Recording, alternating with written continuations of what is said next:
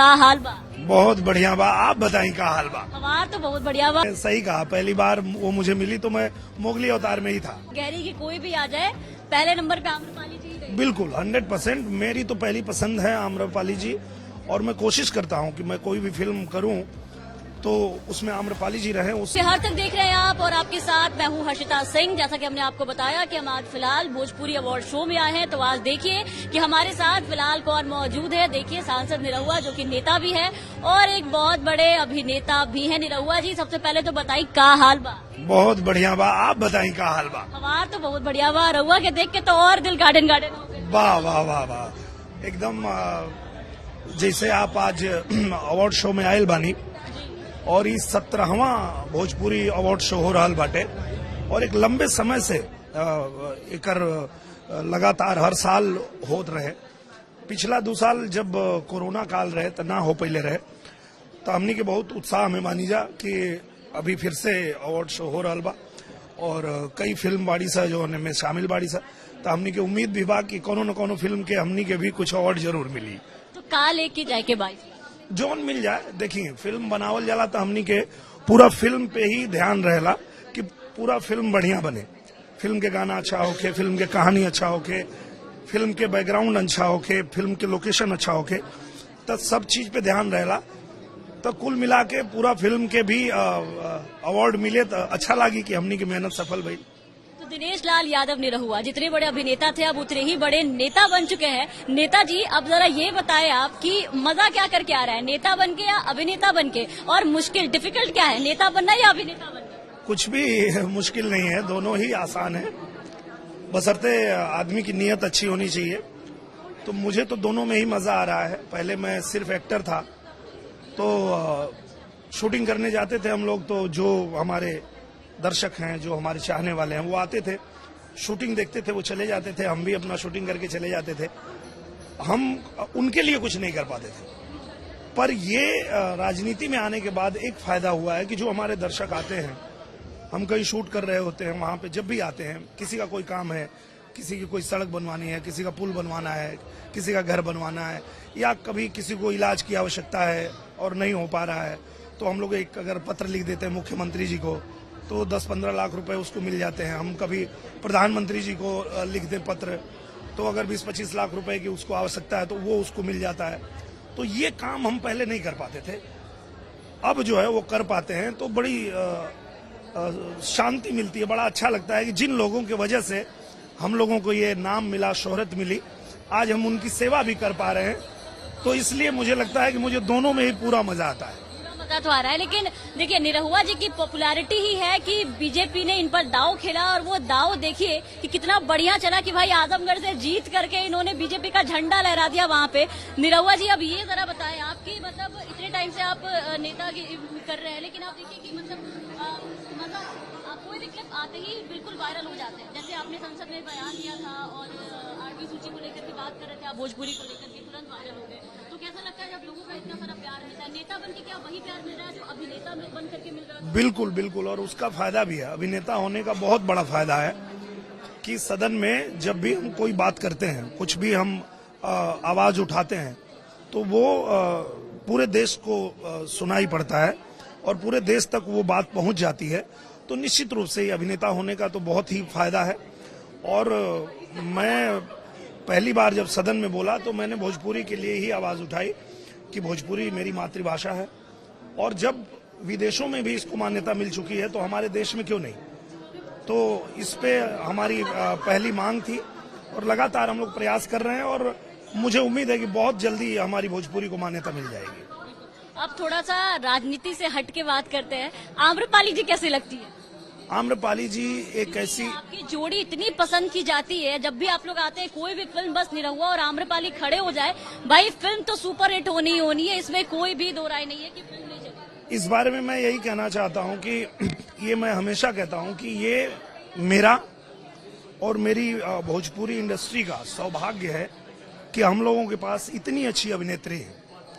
आम्रपाली दुबे एक ऐसी अभिनेत्री हैं, उनको जो किरदार दिया जाता है उस किरदार को इतना बखूबी निभाती हैं कि वो किरदार और वो फिल्म दर्शकों के दिल में उतर जाती है। जैसे निरहुआ हिंदुस्तानी हो, राजा बाबू हो, जिगर वाला हो, जो भी फिल्म हम लोगों ने किया, तो मैं तो ऐसा मानता हूं कि ये हम लोगों का बहुत सौभाग्य है कि वो हमारी इंडस्ट्री में आई और हम लोगों को इतनी अच्छी अच्छी फिल्में मिली और हम लोग लगातार अच्छी फिल्में बना पा रहे हैं। अच्छा, अब एक बात बताएं आप, आम्रपाली जी की तारीफ तो कर दी आपने, अब आपकी दोस्ती भी इतनी गहरी है कि इसकी चर्चाएं इतनी है कि लोग कभी कभी अलग ही लेवल पे चले जाते हैं। लेकिन आप एक बात बताएं कि आपने कई भोजपुरी के हीरोइनों के साथ काम तो किया, सबसे अच्छी को स्टार कौन रही? और दूसरा सवाल ये मेरा कि आज आम्रपाली दुबे के साथ बाकी को स्टार्स को अगर खड़ा कर दे तो आप सबसे पहले किसे चूज करेंगे? क्योंकि आम्रपाली दुबे जी कई मौकों पर ये कहती भी नजर आई, काफी तारीफ भी करती कि अगर मुझे चुनना पड़े तो मैं निरहुआ जी को कभी सेकंड प्रायोरिटी में तो नहीं रख सकती।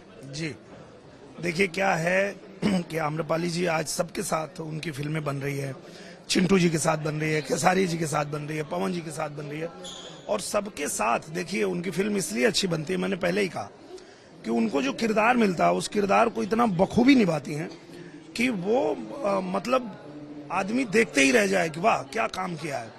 तो वो किसी के साथ भी आप उनको फिल्म करा लीजिए, वो अच्छी फिल्म ही बनेगी, मैं ऐसा मानता हूँ।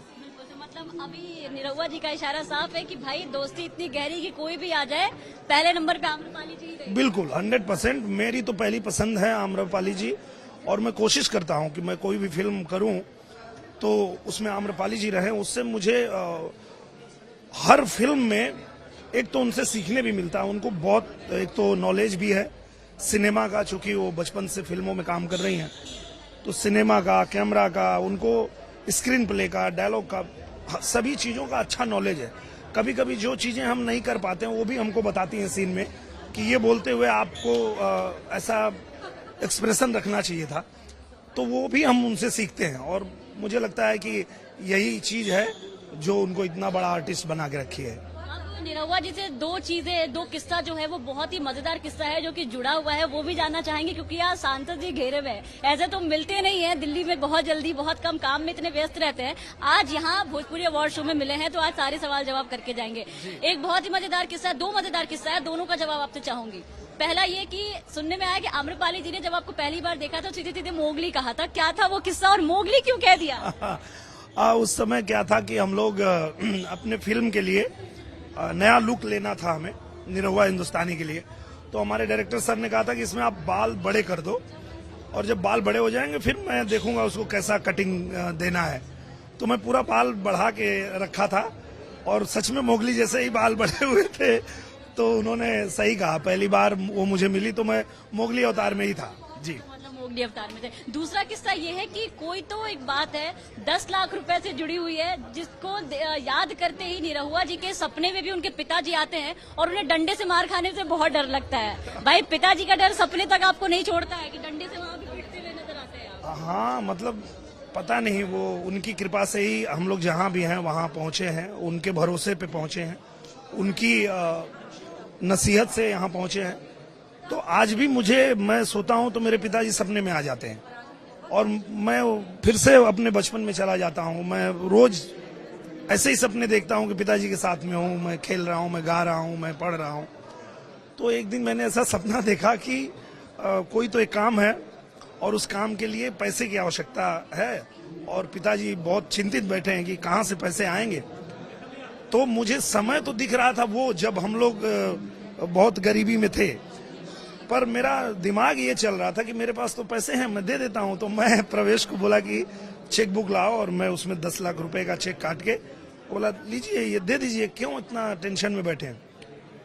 तो पिताजी डंडा लेके और मुझे मारने लगे कि 10 लाख देखे हो कभी जीवन में, बोल रहे हो 10 लाख, 10 रुपया तो कमाने की औकात नहीं है और बोल रहे हो 10 लाख ले लीजिए। तो वो मैं उनको सपने में बहुत वो भरोसा दिलाने की कोशिश करता हूँ कि नहीं नहीं है, पैसे हैं, मैं इतना कमा रहा हूँ, मैं आपको दे सकता हूँ।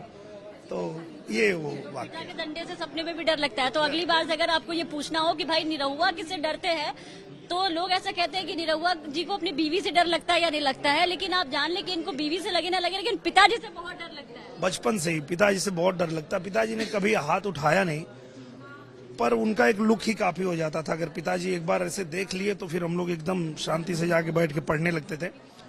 तो उनसे बचपन से ही बहुत अदब करते थे और डर तो लगता ही था और अभी भी लगता है। पिताजी इस दुनिया में नहीं है, पर सपने में आके फिर डराते हैं।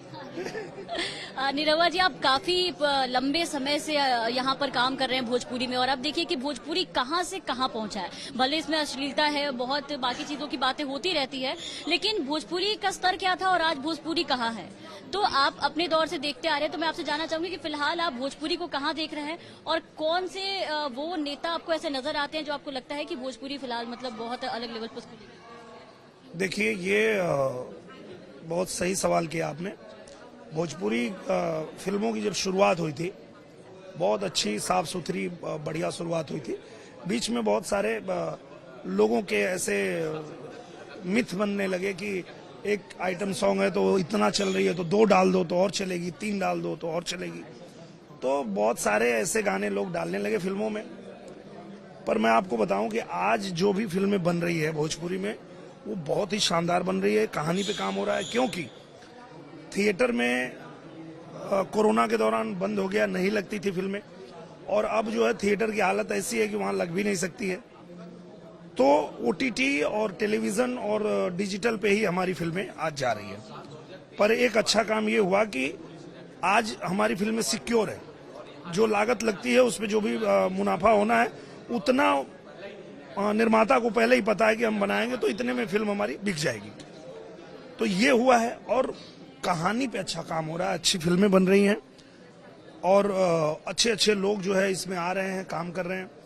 अभी जैसे हम लोग जो पूर्वांचली बना रहे हैं, एक मुझे ऐसे डायरेक्टर मिले धीरज जी, जो 3 साल में उन्होंने स्क्रिप्ट तैयार की, और जब एक एक लाइन शूट कर रहे हैं तो दिख रहा है कि हाँ, ये आदमी ने 3 साल काम किया होगा तो ही इतनी अच्छी स्क्रिप्ट बनी होगी। तो इस तरह के लोग आ रहे हैं जो अच्छा काम कर रहे हैं, तो मुझे लगता है कि ये और बेहतर ही होगा और अच्छा ही होगा। एक आखिरी सवाल, पठान को लेकर के काफी शाहरुख खान की फिल्म रिलीज होने वाली है और काफी विवाद भी हो रहा है भगवा रंग को लेकर के। आपसे इस पे एक संदेश चाहेंगे दर्शकों के लिए भी, जो लोग इस पे विवाद कर रहे हैं, एक पूरी फिल्म के ऊपर एक टिप्पणी चाहेंगे। मेरा मानना ऐसा है कि अगर कोई लाइन, कोई शब्द या कोई भी डायलॉग अगर सही नहीं है या किसी की भावना को भी आहत पहुंचाता है, तो उसको सेंसर बोर्ड का काम है, उसको कट कर देंगे, उसको निकाल देंगे, और फिल्म का हम लोग आनंद लेंगे। क्योंकि ये देखना कौन सा शब्द रहेगा, कौन सा डायलॉग रहेगा, कौन सा, ये शाहरुख खान जी नहीं कर सकते। डायरेक्टर बोले आपको एक्टिंग करना है, आप करो, जो सेंसर को काटना होगा काट देगा। तो सेंसर बोर्ड का काम है, और सेंसर बोर्ड उसको मुझे लगता है कि काट भी देगा, उसको निकाल भी देगा, और फिल्म का सब लोग आनंद लेंगे। बिल्कुल, बहुत बहुत शुक्रिया निरहुआ जी आपका इतना वक्त देने के लिए हमें। तो ये थे अभिनेता और नेता निरहुआ जी हमारे साथ, दिनेश लाल यादव निरहुआ, जिनसे हमने बातचीत की, और आपने देखा कि भोजपुरी फिल्म महोत्सव में आए हुए थे, जिन्होंने अपने जो भी जवाब थे, हमारे जो भी सवाल थे, उस पर बेबाकी से अपना जवाब दिया। आप बने रहे बिहार तक के साथ। धन्यवाद।